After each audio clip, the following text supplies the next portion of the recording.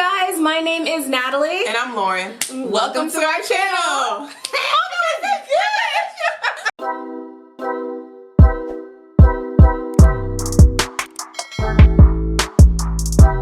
So many of you guys may know me from my other channels, which are Traveling Nat and Fabulous Nat, and we decided to start our own channel just because I feel like our story is worth telling. Yeah. Like, if you know Natalie from her other channel, she filmed majority of that in Korea. I'm gonna just jump right in. Okay, I mean, how we met.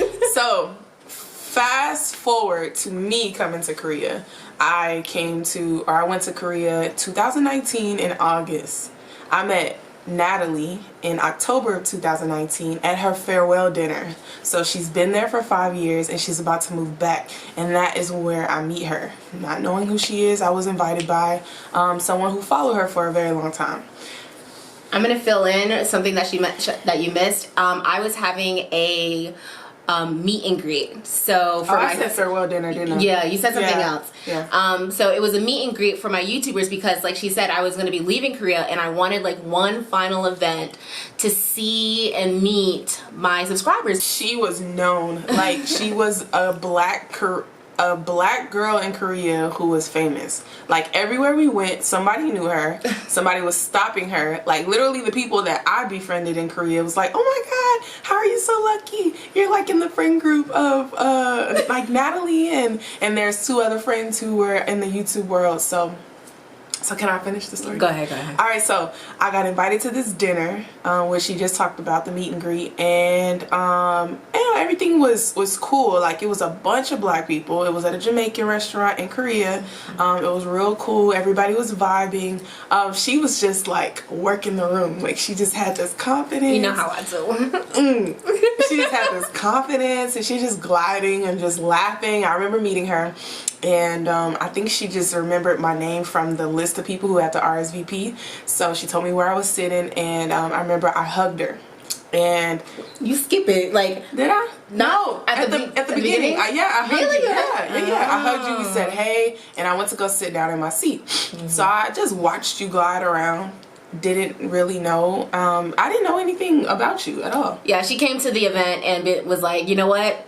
All my friends going, I might as well just go too. She had no idea who I was. Not like putting that on you, like you should know who I am, but no, you know. The way you saying it is like you a celebrity and I should have known you. I mean, as a black female who came to Korea, that's like one of the first topics that you search, like black in Korea. I swear. No, I didn't do black in Korea. I just did Korea. And so all these people popped up and okay, gotta get back to the story. Alright, so the night is going, and you know, I kind of like get out of my comfort zone and just like I got sat at a table that was not near the people who I came with. So I was at a table full of new people just trying to like converse. Then I traveled around to the people that I came with, and they were sitting at the main table as Natalie. So I remember like looking at her, and I whispered to another girl I came with, and I was like, dang bro, Natalie could get it. But I didn't know that I was serious. Like I didn't know what I was saying. Meanwhile, I was newly on this, like, I am not worried about not one person on this planet because I'm gonna do me. I only had like 3 months left at that point. Yeah, at that point, yeah. So I was just like, I'm not, like, I think I deleted like Tinder and whatnot. I was like, whatever happens, happens. I remember she took a picture with all the guests at her event, and I was up next to take the picture, and I was on this side and she was on this side, and I remember like hugging real tight like this and we're smiling or whatever, and I just, girl, this right here so our picture was over, and I think I whispered, I'm drunk at this moment. I'm not really that drunk, but I was like, nah, I'm not done yet. Like, get me back. I held her, and I was like, nah, I'm not done yet. And I pointed to one of her friends. I was like, take another picture. Now I remember that instance because I was like, oh, okay, all right, we're gonna do another one. Okay. So oblivious. Like she know what she felt, but she did not act on it. She did not do nothing. I think that is probably going to be the theme of all, like, at least me, is that I am oblivious. Like, I'll feel things or I'll sense things, and my intuition and my brain, they just they always miss each other. And so like my brain is always like second guessing and be like, nah girl, ain't nothing. Nah man, she's talking to so and so. No girl, come on, like that's nothing. I was telling somebody, I was like, man, like this girl left an impression on me and we barely talk. Someone was introduced to me and it was her close friend, and I think I expressed interest just like, like she's a pretty girl, and then she expressed interest back, not her but her friend, and we started hanging out and texting on a regular, and not her but the girl invited me to like these close dinner gatherings. Like I remember the first thing I came to was a Halloween dinner. If y'all don't know anything, my place was the spot.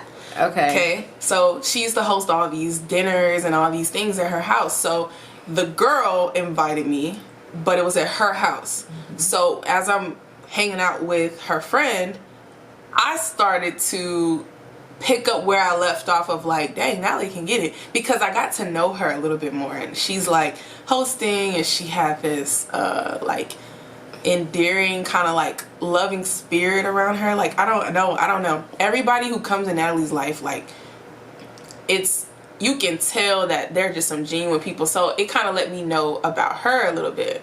Am I on the right track? All right, so as I'm hanging out with the friend, I realized that wasn't for me. I was like, I just got to Korea, I'm just chilling, I'm good. But I can't shake her. So I'm hanging out more, and I already let the girl know, like I've been hanging out with the girl for a week and a half. And after the Halloween dinner at her house, I realized, I was like, yeah, I can't do this. It's not about to be a thing. I'm gonna pause right there, because meanwhile, all this was happening and she was going through this turmoil and whatnot. I had no idea that this was happening. Oh yeah, she had no idea. It wasn't until I started hanging out with y'all more often that I realized, I was like, wow, I want to get to know this girl. Mind you, when we were all hanging out, me and you never had like a we're buddy because it was like I was always your friend's guest. Yeah. And we never had a chance to get to know each other. After the Halloween dinner, she started popping up in my DMs a little bit more. Right? Yeah. It was like reaction to stories. Yeah. And I started reacting and liking that. And she did the same thing back, and I was like, ooh, okay. Yeah. I will say at this point, like I felt something, but it was like an energy that like I was like, I wanted to get to know more. Like I was curious. And so yeah, I would say that there was this attraction. I wasn't sure what it was, but it was like something that was here. And so I was curious. I know. So we were reacting to each other's stories. We would say, oh, I was there today, like, or hey, I know that spot, blah blah blah. And so when the last time I think about 3 weeks had passed or 2 weeks had passed, and I was like, hey, since I'm new to Korea, I only been here for 3 months at the time, I was like, maybe you could show me around, like show me some of your favorite spots. I'm still building up this courage to just like find a slick way to be as subtle as possible. And it was working. Everything was working. I don't know. Yeah, I guess I was gullible. You was oblivious. He wasn't dumb. He was smart. She's like, oh, maybe you could show me around sometime. Da da da da. Whatever. And I'm like, of course. Yeah, I would love to show you around. You know, I might as well go ahead and walk around Hongdae, since I'm not gonna be here that long. I would be more than happy to show you. I was like, that's all I needed. I didn't care. That's all I needed. I was like, okay, cool. Us being in person, that's gonna take over everything else. Like I wouldn't have to do nothing else. Like, but her messages are not flirtatious back. They're just very like straightforward. At times they were dry, but I was just like, nah, I'm about to just go for it. So the day comes where we're about to meet up, and I live at the time in Korea, I lived 45 minutes away from her by bus. So she lives in Seoul, in like where everything is happening, and I lived in a like suburb. Yeah, it's kind of like a city outside of a city. And I had to meet you at Gangnam Station because that's where your bus was coming in from. All right. I was waiting for the bus, and I don't know what happened this weekend, but everybody was going to Seoul, and I could not get a bus into the city. So I was 3 hours late to our first date or meetup, but she waited on me. I don't know. I wouldn't have waited 3 hours. Yeah. I would have been like, yeah, let's reschedule. The reason why I waited, it was like every few 30 minutes you're like, hey, another bus came or so. And so like I had like hope that you were going to get on a bus. And so that it was like, it would be postponed another like 30 minutes. Trust and believe, I was just like, she ain't let me. You kept saying that it was 3 hours. Did I? Yes. Well, I mean, I had to like dig it in a little bit, you know, because it was 3 hours. So yeah, this is how we got into what she calls our first date, which was a stroll around in Hongdae. Okay, so during this whole time, I am completely oblivious. I'm not really sure what's going, like what she has in her mind. All I know is like, okay, we're gonna get something to eat, we're gonna walk around, I'm probably gonna have her try some different street foods, and then I knew she had to get a tattoo later. And so yeah, that's kind of just the whole flow. It was just like, whatever happens. I live down the street. Like, I ain't got nothing else planned for today, so I'm really open. Today's is free, so I got time to waste. Yeah, so we went to go get Korean barbecue. We ate some street food. We spent the whole day together. I was flirting with her at dinner. We drank soju, and when I say flirting, I'm just like overly smiling, giving her the eyes,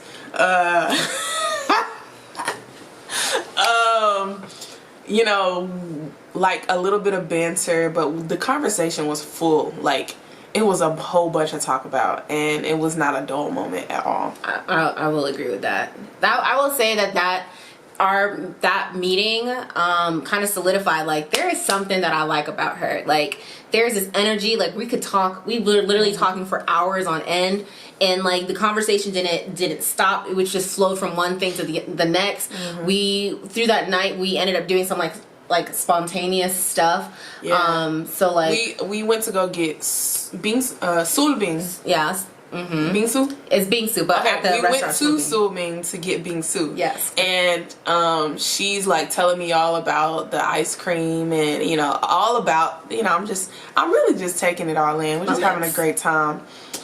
And just by this time, we already have some liquor in our system, so I'm just like zoning in. I'm like, we just giggling. I'm like, boom, I got her. She's exactly where I need her to be. And then alcohol, and so we're just talking. I said, hey, I'm going to get a tattoo later. Like, you got anything else planned? Because it was there, I asked you. And he was like, no, I don't have anything planned.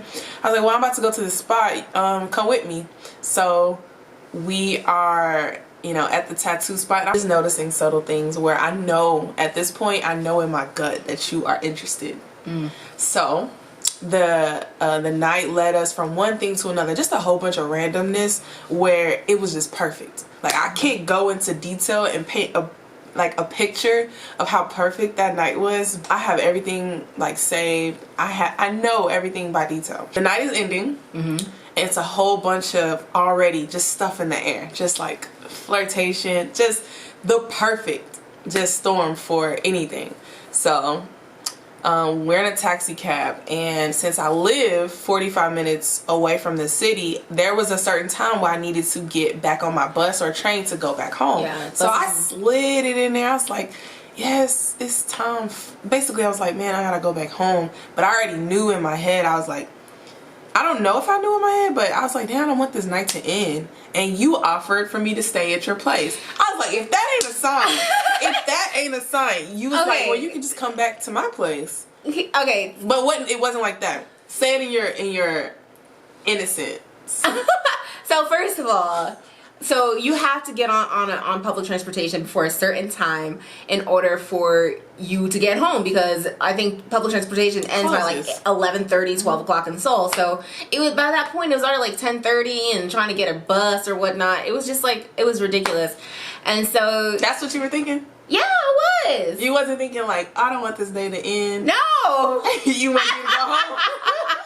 No, I was just like, I'm not gonna like send her home. I'm not gonna tell her to get a hotel. That doesn't make sense. Like, I have a perfectly good guest room. She's gonna come to my house. Like I would do that for anybody, I feel like. So wait. Go ahead.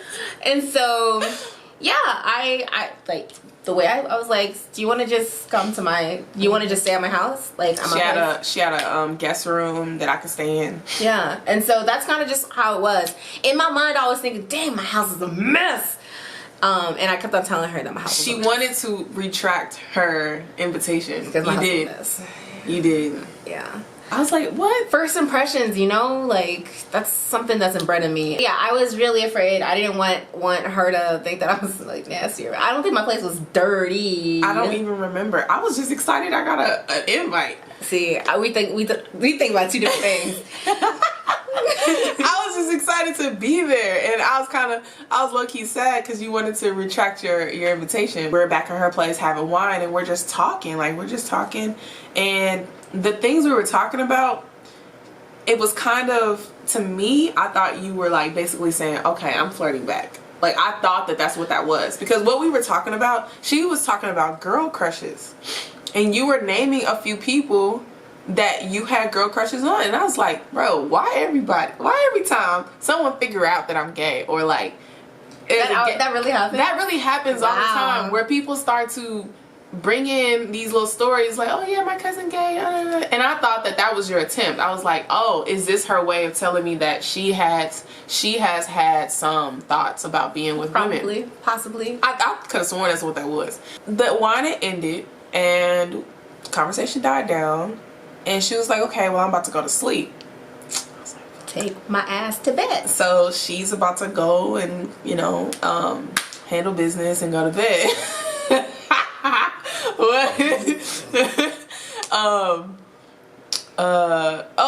So I remember kind of like, hey bro, I'm here, this is my chance, like I gotta go big or go home. So I was like, Natalie, and he was like, huh, like from the other room. I was like, you sleep? Try. What was I? He was like, I'm about to. I'm trying to sleep. And I was like, all right, well, good night. I remember that because I'm like, damn it, she probably needs something or like whatever. So I'm like, yeah. That makes so much sense, because when you're laying down somewhere or when you're sitting down, your ass don't want to get up. That's probably what that was. Oh, poor thing. I probably burst your little bubble. Listen. Oh my gosh. I got the package. The package is secure. But yeah, that was pretty much that's pretty much how we met. Lights went off and we're left in bed. And I'm like, I'm feeling something but I'm not really sure. The flirting got a little bit like heavy. Have you ever dated or talked to a woman? No.